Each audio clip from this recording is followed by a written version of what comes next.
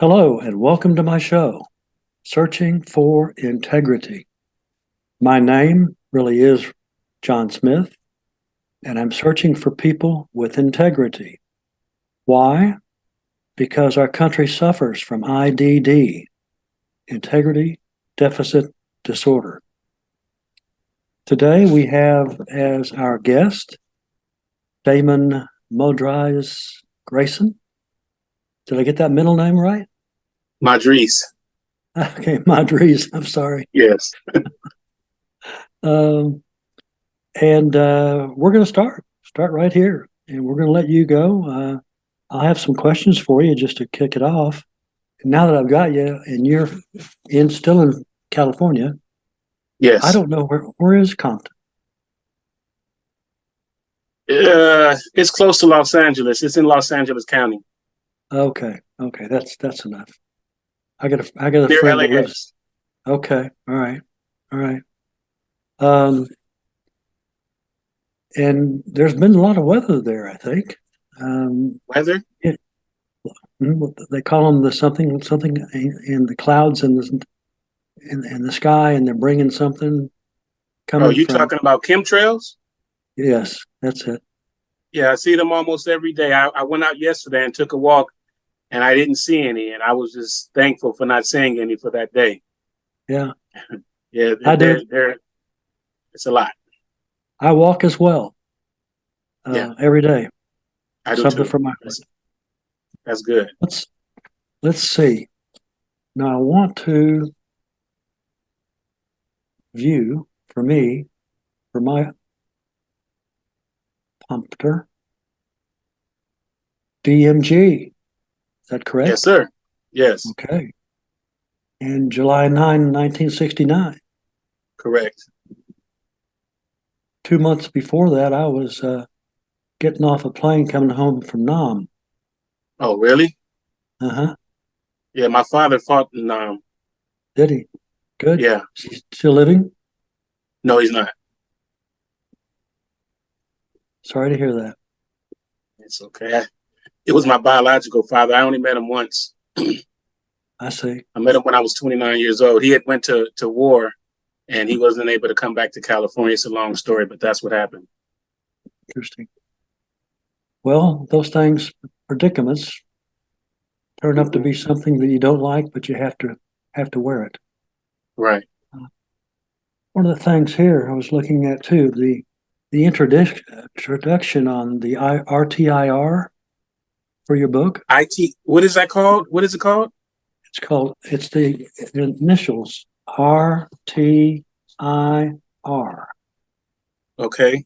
I T. That's the newsletter. Oh, RTIR. okay. Okay, got Yeah, you. that's the newsletter. And that's where I find people like you. But I don't Okay. do everybody. I could tell you that. No, well, I appreciate you choosing me. Well, I wanted to ask you some questions about it.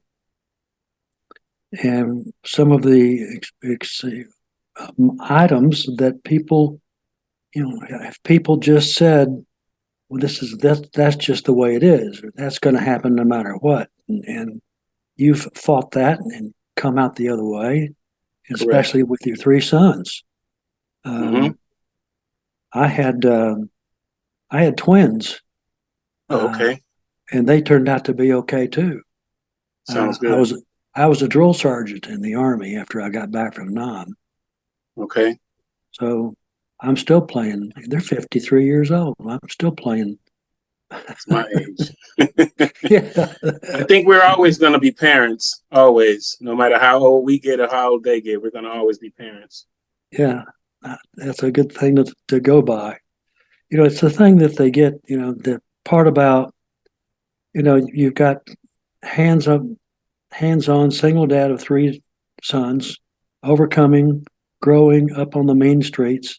Um, it's almost like somewhere along the way, somebody said, "Well, this is the way," and it's not that way. You've turned it around for yourself and your Yeah. family and your boys. Um, Here's another one that got me, and when I was in Nam, I was in aviation, Army Okay. aviation. Hmm. And in that we had what we call hooches. They're not tents, they're beyond tents, and for how we keep and sleep. And Okay.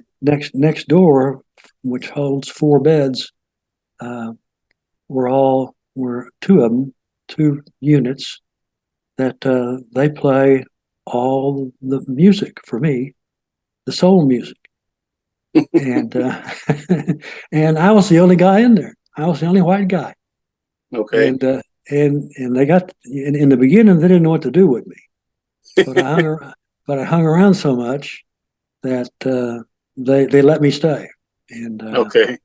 yeah, and I had a great time.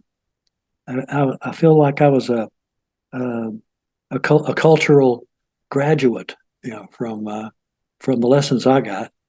Okay. I I'm sure you learned a lot. Well, I even know who Joe Tex is. Okay. That's funny. Yeah. Okay. Um, Tell me now, what are you going to do with the book? Any What am I more going to do with the book? ideas with the book? Yeah. Any more ideas? Uh huh. I have more ideas for another book, but this one is already complete and finished.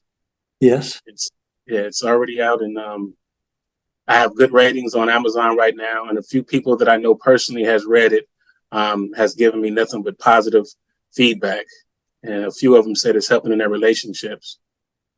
That's So good. it's doing good. Yeah, it's a good book. It even helps me every once in a while when I read it. It Hmm. reminds me of what I already know, but some may have forgotten a little bit. Hmm. And when I read it, it motivates me and inspires me to do better and do great and get back in line into alignment. Well, obviously you've done that, and then you become cognizant about whether is it right or wrong. You obviously going to take the right way. Hmm. I try to take the right way all the time. I try to, at least I attempt to. I'm not perfect, so I'll make mistakes here and there. But when I find out that I made a mistake, I try to correct it. And most of the time, it's with myself. Of So, I course. mean, it's life is a journey. Yes. So we learn as we go. That's how I look at it. Yeah. That's how mine turned out as well. Um, Hmm. the best story never told. Is that a heading at the top? Yes. Yes. Why'd you choose those words? Those words. My oldest son actually chose those words. Ah. Um, and I've been told or asked, or people have mentioned to me several. I mean, somebody just said it the other day that I should write a book about my life. Um, but I chose to write. I chose to write this one first. Whatever Hmm. comes to me, that's what I do. Right. I didn't want it to be a psychological thing to do. I did it from inside. I was inspired to write this, so I go deep inside. I don't look at the top layer. I go deep inside, and it was easier. It was easy for me to write this, and it came natural to me because it was already inside. I was in alignment. Every time I stopped to write it, I had to be in alignment. If I wasn't in alignment, I didn't force anything. So my son actually wrote that, and I guess like him and a lot of other people, they want my story to be told. It just so happened that I came out with this book first. Are So you happy with your publishers? I am my publisher. Oh, This is a okay. self-published book. Yeah. That's terrific. Yeah. Uh, I mean, it wasn't easy, but it wasn't as hard as people think. You just have to do a lot of research, take your time, and be led. And even if you run into, I won't even say a brick wall, if you run into uh, any problems or anything, you just work around it hmm. or bulldoze through. But I Hmm. try to work around it and jump over it sometimes. I try not to bulldoze through anything anymore. You know, it's, I would rather manifest things into me forcing things to happen. Right. They take all Yeah. the hurdles off the track, Correct. Yes. and that way you won't be jumping in anybody's chest. Right. I actually ran hurdles in high school. Did you now? Yeah, that was fun. Yeah. Hmm. Um, I looked here that a number of things you'll claim: father we know, mentor, life coach, entrepreneur, author, philanthropic, motivational speaker. How Yes, often do sir. you get to speak? How often do you get to speaker? I'm speaking now. No, to an audience. Yeah, um, you're right. There's thousands who are listening to this, but yeah, right. So, I mean, every once in a while I do. I fell off for a while, but I've talked to schools, a lot of schools, whether they were here in Compton or Japan, um, different schools, different. Well, put it this way: I'm always talking. People call me with problems all the time. I got a phone call night before last, and someone said I'm not okay. So I talked to them that night, and I called the next morning to make sure they were okay. They still wasn't okay. But at this point in my life, I know that I don't have all the answers, but I can be very supportive and just give them wisdom, knowledge, and understanding in my personal experiences on how I dealt with certain things. So I'm, whether it's in a classroom or in the audience or someone talking, face to face like this, I'm always talking and discussing things with people and helping people out and trying to inspire them. well, that's not an easy thing to do. Um, Basically, you've turned into a chaplain that people give you questions and help. Yeah. I've been called a pastor before. Yeah, People have told me I sound like a preacher. I just do me. right. And if that's some person's take on it, hey, that's the way they receive it. I receive it that way too. So I just do me. That's it. Well, you certainly have a knack for helping somebody when they It's call you. embedded in me. It's in my DNA. Hmm. Hmm. It's natural. Certainly has. Um, have you had any book signings? Yes, I have. I had one in Los Angeles right before I left. Um, and it went very well. It went very well. I sold a ton of books. Um, and just the whole experience was great. I had a couple of them, but that one in Los Angeles is the one I remember the most. Hmm. But after that, I actually moved a year or so ago. I moved to Florida, and I was there for 5 months. And then I moved to Puerto Rico, and I was there for 6 months. I've been back for a couple of more months, so now I'm back getting in the swing of things. So yeah, I saw that bit on one of your videos, and you appeared to have water behind you, and you were talking about Puerto Rico. yeah, I was there for 6 months. Yeah. Why It did was you? a What? it it was for like basically spiritual cleansing. I had to go find myself Right. because of the things that you read in my bio. I wasn't completely over some of those things. Right. So I had anxiety. I had PTSD. I had a lot of things that was wrong with me, but nobody knew because I kept everything inside. But at the end of the day, after I get off the phone from helping somebody and inspiring somebody, I still have to deal with my issues and problems. So Right. by me going to Puerto Rico for 6 months, it really helped me out spiritually. So that's why I'm getting back into things, supporting my, promoting the book, and I'm starting to write another book as well. But Puerto Rico helped me out a whole lot. Right. Well, It I helped should me a lot tell too. you, welcome to the club. They diagnosed me for PTSD. Yeah, I believe it. And I had a conversation with my son yesterday about ADHD. Um, when I was raising him, he was the oldest. He was the first one. We had a lot of issues with that. And back then, I remember teachers and principals telling me that it was my fault because I wouldn't put him on Ritalin. Right. And eventually I wore down and said, okay, I'll give him medication. But I forgot the drug that it was, but it wasn't Ritalin. I felt that I didn't want to put him on medication, period. Right. but I Right. felt if he had a lower dosage of something, that'll be better. And so we tried it out. We tried it out for a week, and he didn't like it, so we got off of it. But we just had a conversation just yesterday about it. He still has it. He's 30. He'll be 31 next month, and realistically, I have it too. I just try to.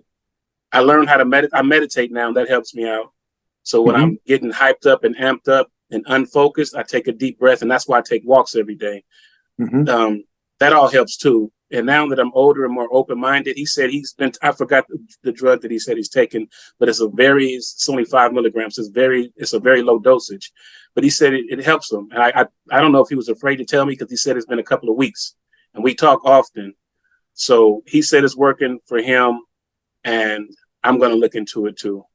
I have to, open my mind and not be so stubborn. And if I have to take medication to help me out, that's what I'm going to do. Right. I'll write better. I'll be a better man, better father, better friend. I'll be a better person, period.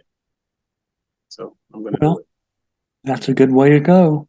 And you've got you're given the ball and you carry it.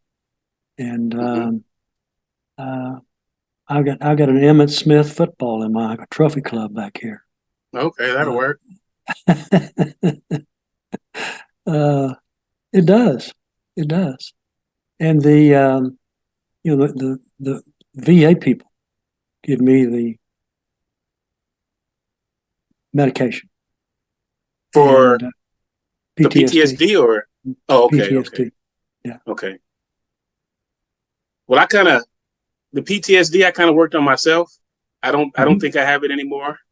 That PTSD, I mean, me being raised in Compton, I think 95% of us, especially men, have PTSD. Sure, I mean, see if that. you hear gunshots all the time, or you get jumped by a gang, or go through police abuse a few times and get put in jail, get your car towed away for no reason, get hit. It all plays a part. So I changed my mentality. I changed the way that I think. I changed the way that I feel about police officers and the way I look at police officers. And it's changed my way. So I'm not like, I used to hear loud noise and I instantly, I would jump. I don't do that anymore.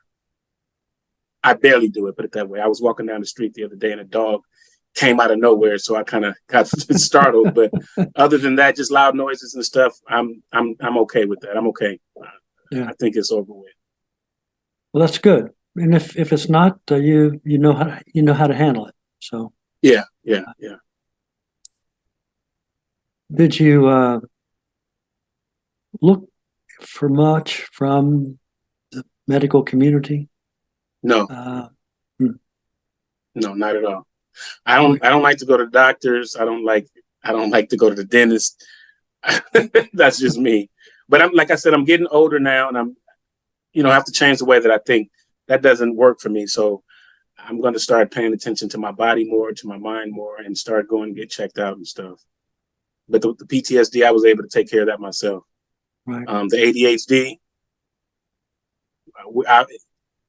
taking deep breaths, meditating, and taking walks, it helps, but it's not healed, Right. So my son said the medication helps him. It lasts about 5 or 6 hours, and he's able to do things at work. His wife is a whole lot better now. Well, she notices when he's taking the medication and when he doesn't. So he said, I mean, the medication is helping their whole household with them two together. So, yeah. Well, it's good they're helping each other. Yeah, sure. She's very supportive of him. They need each other. Yeah. They're good for each other. Right. I didn't have much prescriptions for the PTSD, and I took it, and I didn't like it. No? What were the side effects? Feeling like you're a zombie. Yeah. The dosage was too high. That's what my son told me that, and a few other kids that was on Prozac back then said the same thing. And that's something that I didn't want for myself or for my son. But like I said, my son said he only has, it's 5 milligrams. It's very low. So that helps him. It does, and it will, and he'll stick Hmm. with it. And his wife will probably be the one to see to that. Oh, she will. Put the rolling pin back in the drawer. Okay. Um, let's see here. About a year after this particular tour, a terrible divorce where lost everything he owned. That must have Yeah. been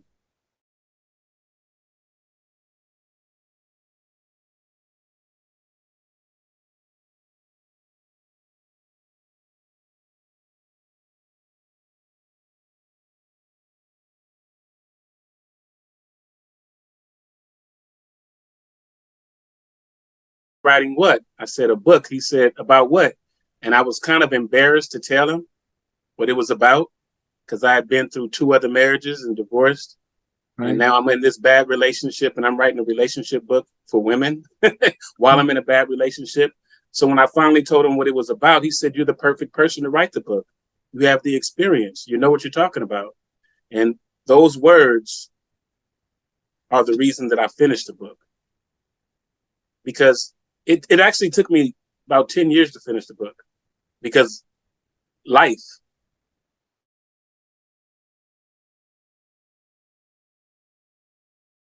from childhood was gone. Pictures, my photo albums, all my kids' stuff. She tore up that stuff, broke all my kids' trophies. She took my $60,000 recording studio, over $1 million worth of records. I mean, I lost everything. We had to start over. We ended up being homeless and everything. But I got through it. I got through it, and so did they. They're doing well now. I have two. I actually have more children, but the ones that we're talking about, two live in Houston, Texas, and my oldest is in New York, near Mm-hmm. Manhattan.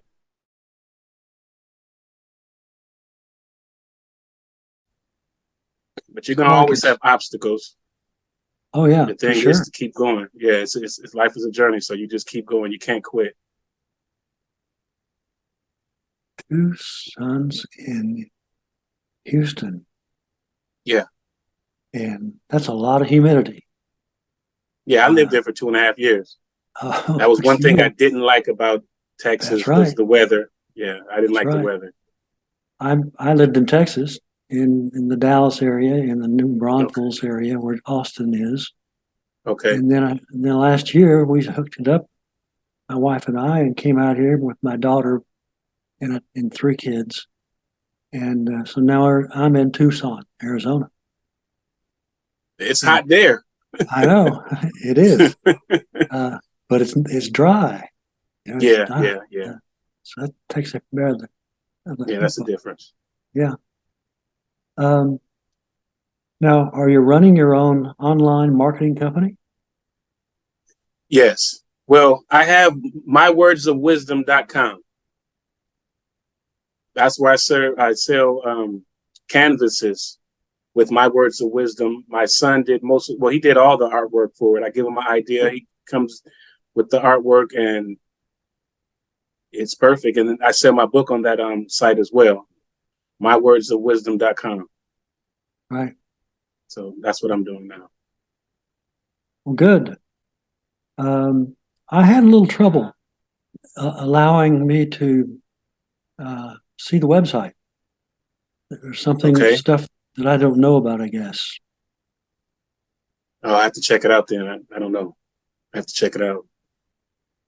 Um, let's see here. Okay. Do are your sons happy? Are they married? My oldest is married. He's, like I said, he'll be 31. He got married 3 years ago. I think last month would be 3 years, and he'll be 31 next month. And I have a 21-year-old and a 23-year-old. They're not married, not yet. They're still young. I actually got married when I was 25. Was kind of young, but hey, when I growing up in Compton, if you reach it to 25 years old as a black man, Yeah, it's like you hit the lottery. right. So I was still alive at 25. I beat the odds. So I got married the following year. No, was I 25? I was 25 or 26, but when I turned 25, I felt like I hit the lottery. So I ended up getting married and I bought my first house right after I turned 25, within a year or so. Outstanding. Yeah, so, Outstanding. To be able to do that like you've done, and you're going to make that is probably with a lot of that in your up and coming book whenever you get to it. Yeah, definitely. There you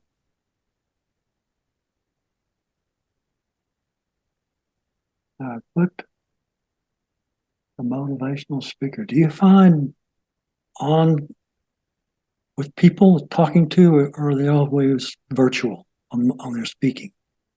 Well, now it's been virtual. Ever since COVID. Yeah, ever since COVID, everything's been virtual now. I mean, but eventually I would love to get back in front of people. Sure. After a couple of years that went by through the divorces, honestly, I kind of lost some of my self-esteem. So I slowed down a lot. But now, since I've been back from Puerto Rico, I'm alive again. So I would love to get back in front of people again and talk. And just because I love to inspire people. I love to help people. I love to see people grow and prosper. It's in my fiber. Yes. Whether it's one person or 1,000 people, 10,000 people, I just like to help people. And I have so much into me to give. If I don't give, it kind of like it gets bottled up, and I just, I have to get out and do something. So I'd rather be doing things like this, spreading love around the globe. Well, you're far and few in doing what you do, and you've got the ability to do it. And this book we're talking about is going to be part of that as well. And let's talk about where you can buy your books. Okay, like I said, mywordsofwisdom.com. But if not, you can go on Amazon and just look up When His Ways Meet Yours, or you can look up my name, Damon Grayson, or Damon Modrise Grayson, on Amazon right now. Like I said, the book is good. It's for women, but it's men friendly. Like I said, when I read it, it helps me. So if it helps me and I wrote it, I know it can help the world, whether it's male or female. Right. Well, Matter of fact, this is it here. If you can see it. Yeah. I can see actually, this is my daughter, and that's her husband. This is my son, and that's his wife. I don't know who these people are, but this is the cover of the book. When His Ways Meet Yours. When you love you, he will follow suit. Can't get any better. You can find it on Amazon. Yes, very good. Damon Grayson. They're going to say a lot about it. Learning what they learned today, and I bet they'll go off and get themselves a book. I hope so. It'll help them out. It'll help them out a whole lot. Yeah. And I don't say it because I wrote it, but it's a great book to have for anybody, especially like newlyweds or young women, or even men who want to save their relationship or want to be a better man in the relationship that they're in or they're going to get. It's a great book. Yeah, I would have to agree. Well, let me thank you for stopping by. And like it's a long drive to Compton, not where I am. That's all right. And I want to thank you for turning up, doing the information, spread information. Thank you. It's a lot of it, and you're good at it. Thank you.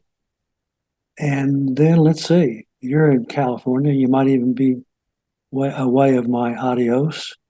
It's the end of my listeners for me too. They were tuning out and searching for integrity. I love that title, by the way. I love it. I love that title. Searching for integrity. Yeah, because a lot of people don't have integrity today. Well, the problem is that a lot of them think they do. Yeah, you can tell. You can tell if they don't. Yeah. You're right. So here we go. So long and happy trails to all. Okay. All right. Adios. And thank you for having me, John. My pleasure. Gladly did.